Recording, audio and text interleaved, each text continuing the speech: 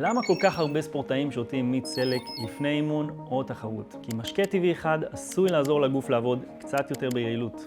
אני דוקטור אייל אלעד, ובואו נבדוק מה המחקרים באמת אומרים. הסלק עשיר בניטרט. בעזרת חיידקים שנמצאים בפה, הגוף הופך אותו בהמשך לניטריק אוקסייד, או בקיצור NO. המולקולה הזאת מסייעת להרפות את כלי הדם ולשפר את זרימת הדם. במילים פשוטות, השרירים עשויים לבצע את אותה עבודה בעלות חמצן מעט נמוכה יותר, כלומר, הגוף עובד קצת יותר ביעילות, והמאמץ עשוי להרגיש מעט קל יותר. במחקר משנת 2011, רוכבי אופניים ששתו מיץ סלק עשיר בניטרט, השלימו מסלול של 4 ועד 16 קילומטרים, מהר יותר בכמעט 3%.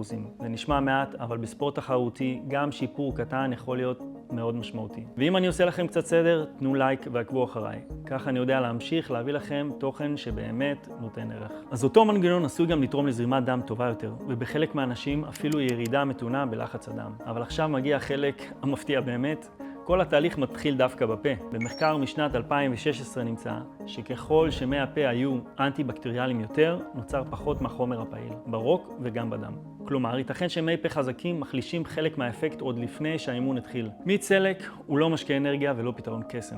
אבל בכל מה שקשור לזרימת דם, יעילות, השימוש בחמצן ותחושת המאמץ, יש מאחוריו בסיס מדעי ואמיתי. שלחו את הסרטון למישהו שמתאמן או עושה יוגה ועדיין לא שותה מיץ סלק.